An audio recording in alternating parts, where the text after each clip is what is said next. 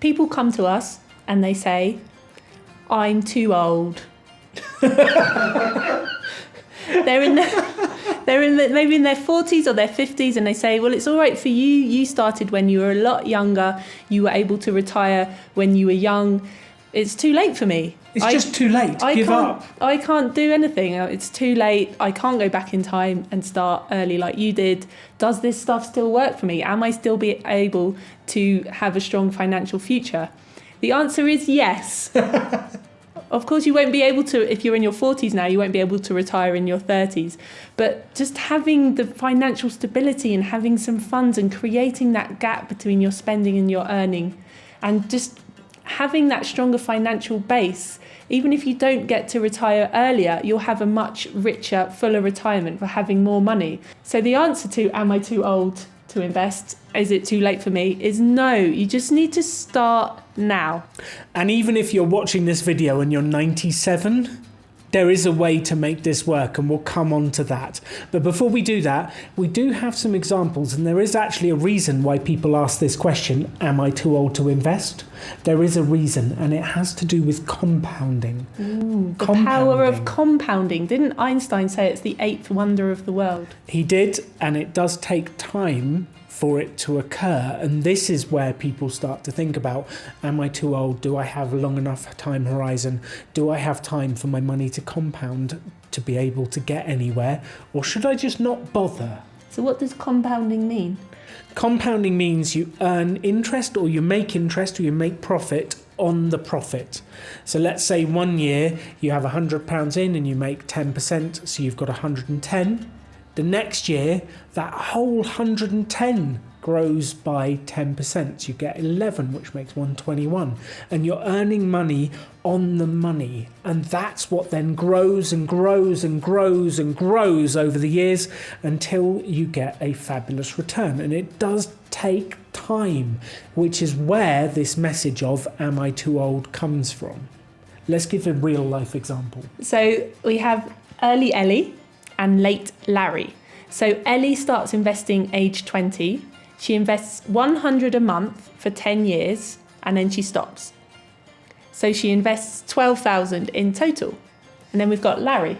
Late Larry. He comes to the game late. He's not really, it sounds like me. He doesn't really know what he's doing, and he starts to invest when he's 30. And he invests £100 a month from when he's 30.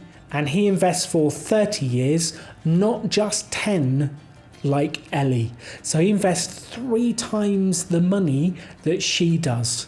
Now the interesting bit here is Ellie started 10 years earlier. Larry started 10 years later, but invested 3 times the money. Who ends up with more? Well, at age 60, early Ellie trounces late Larry. Ellie invested 24,000 less. She only invested 12,000 and Larry invested 36. And yet she ends up with £143,602 more. That's unbelievable. So she invested a third of that amount of money, but sooner, and she's worth significantly more at the end. And this is the power of compounding. The earlier you invest, the better. The quicker you get your money in, the better. And that's why then people start to go, oh, I'm 40, it'll never work for me. Oh, I'm 50, it'll never work for me. But I'll tell you what, both early Ellie and late Larry are way better off than... Never bothered Ned. So Ned didn't start investing ever. He didn't put any money away. He didn't save anything. He didn't create a gap between what he earned and what he spent. And he had nothing at the end. So the moral of this story is not, poor me, I'm not in my 20s, I can't start in my 20s. The story is, get on with it. You still have time. You can still make a difference to your finances, regardless of your age. And what I want you to think about is you're not just investing until you retire, you're investing for your entire lifetime. So if you're 50, you'll probably live another 30 or 40 years. That's a huge time horizon for compounding to take place. Huge. Should we plug JL's article here? We definitely should. J.L. Collins writes some fantastic articles. His book, The Simple Path to Wealth, is excellent. And one of his articles specifically really made us think. It's called Investing for 7 Generations, and he talks about how you're a custodian for the money that you're going to pass on to your children, who then are custodians for the next generation, and so on. So when you're investing, think about 7 generations, not just your lifetime. So think about, who are you investing for?